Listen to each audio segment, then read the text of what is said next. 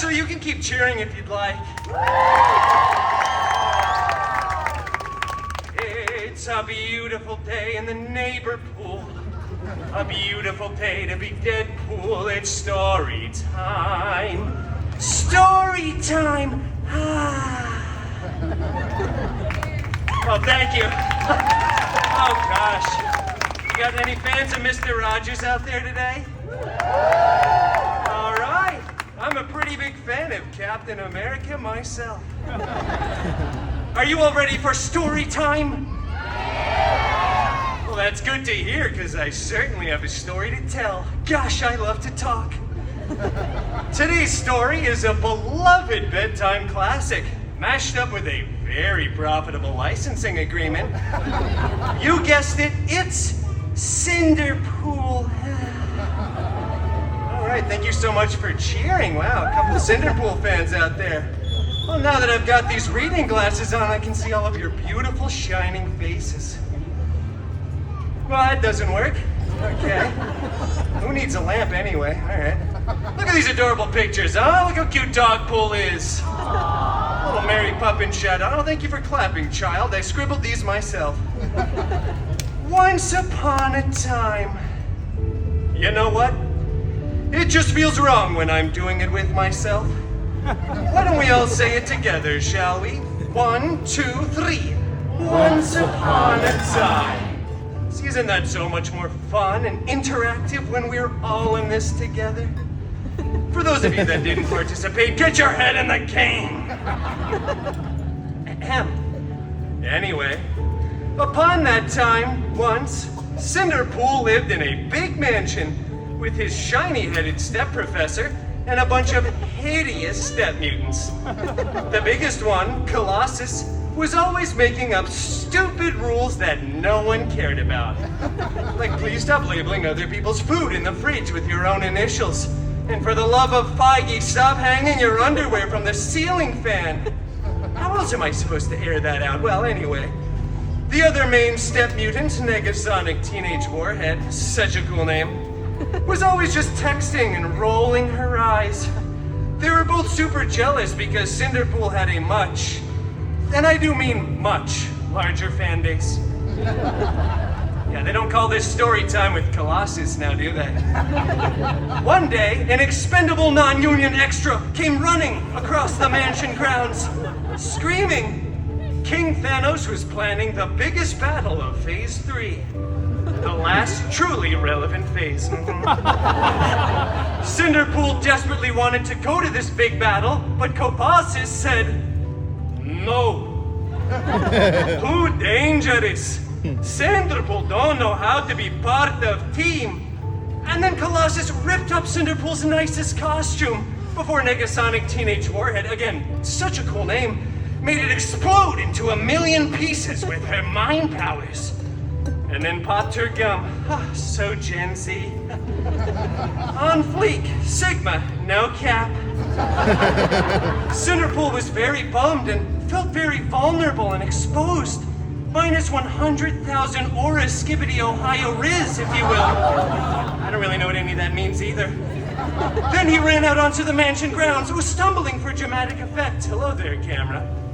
When suddenly, a big, strange, sparkly circle appeared. And from out of that big, strange, sparkly circle walked out CinderPool's very airy god mutant.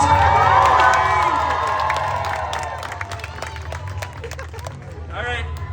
Come on, Loki Bear. You have to actually step through the big, strange, sparkly circle. Otherwise, the audience isn't going to know that you're here yet. Yes! Oh, yeah, give it up for Wolverine, everybody. Oh, this is so exciting. Wait, where's your cardigan? I made you a matching cardigan, Wolfie. I shredded that. Wow, that wasn't very demure of you, Loki Bear. Not very mindful at all, actually, but that's fine. We can continue. Oh, very hairy god mutant Wolverine! I desperately want to go to this big battle, but my mean step mutants vaporize my costume! Shut up! Growled Wolverine lovingly. What? I need a new costume. I have to go to that big battle. Just get another costume then. and stop writing me into these stories. Okay, well, after that very sage and somewhat Australian advice, CinderPool headed off to the wardrobe department to get a freshly laundered costume, and then went to the big battle. CinderPool did miss most of it, though, because he stopped for some delicious chimichangas along the way. Yeah, you know, priorities. But rest assured, when CinderPool got there, the Avengers were still winning. Captain America looked so cool and so ruggedly handsome in those pants. Oh, I love Mr. Rogers. And meanwhile, CinderPool's fairy, hairy god mutant Wolverine was... I'm going to Pim's. All right, yeah, Pim's Test Kitchen. That honestly checks out. Thanks for coming, Monkey Bear. Ah, that's all right. I don't think Disney had the rights to him back then anyway. It's fine. No worries.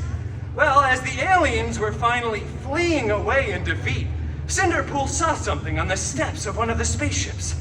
It was a single glove. And a high five, child. There we go. You're welcome for the core memory. All right. Well, this glove was so fancy, big and gold with beautiful jewels. I think there were 6 of them, not that that's really relevant information. I wonder who this fits, thought CinderPool before trying it on. After some clicking, whizzing, and whirring, it adjusted right to CinderPool's arm. Then, out of nowhere, Iron Man came flying in out of left field, screaming, "Hey, please take that off. This is my sacrifice to make, all right? I really don't want to be Iron Man until I'm 90.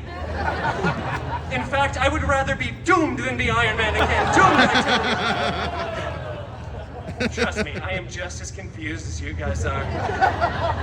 And then other, much less relevant Avengers came running in too, saying things like, "Please put that down. That's not a toy. Whatever you do, do not snap." So obviously CinderPool snapped. Oh, CinderPool snapped a bunch, both physically and mentally. Then the weirdest thing happened. It was probably unrelated to CinderPool's actions, but half of everyone kept disappearing, and then reappearing, and then disappearing again. So many people were crying. Tony said, "I love you" like 3,000 times, which is kind of weird. But eventually, everyone did come back. Well, everyone except for those that text and call during a movie theater experience. We didn't want them back. Yeah, but everyone else did, yeah. These people get it, But then all of a sudden, the Avengers tackled CinderPool, ripped off his new favorite glove. And when they went on to remake the movie, they CGI'd Tony's head onto CinderPool's majestic body. And it went on to become the most profitable film of the Feige cinematic universe. Yeah, the FCU, as I like to call it. I'm still workshopping that acronym. I feel like there's just one too many letters. Well, anyway, honestly, everything worked out for old CinderPool, because CinderPool went on to start his own, even more successful franchise. Yeah, that's right. Yeah, who's relevant now? It was so successful, in fact, that CinderPool was eventually invited to be part of the Avengers Endgame 2, Electric Boogaloo. Yeah, in theaters at some point, so definitely stay tuned. Well, that's the end. Game, if you will. No, it really is the end. I just wanted to throw a little pun in there for the 3 people that are clearly fans of puns. Well, anyway, thank you all for coming to another illustrious story time with your new favorite Disney princess, Tara.